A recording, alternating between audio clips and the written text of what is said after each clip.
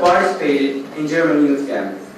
Our students actively participated in the German radio workshops, comic workshops, futsal matches, seminars, celebration of German Unity Day and concert, German exhibitions and plays. There's no, what we encourage here is students to dream big and to run after their ambitions, as that is what 21st century education is all about.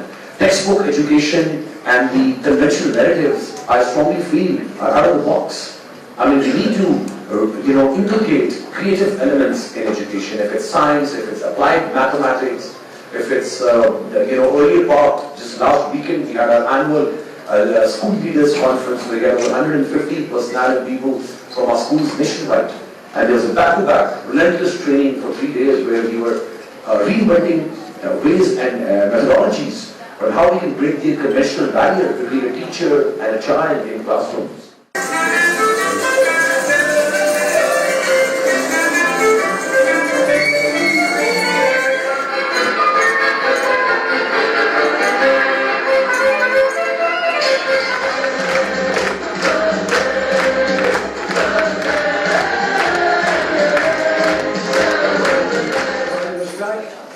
Dear teaching staff, dear parents, but above all, dear students, today I feel you see a little bit like German Unity Day, but also an Oktoberfest, because of all the dances we have seen here, and I really deeply admire your commitment, also your German language scope of that. So the minister told me, listen, we need to do something for German language, because it's the language which is an emotional element to link people to another country.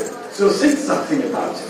Do something. Really very moved that I can be here today in the first PASH program school here at the Roots International. And Wally, thank you very much for making this possible.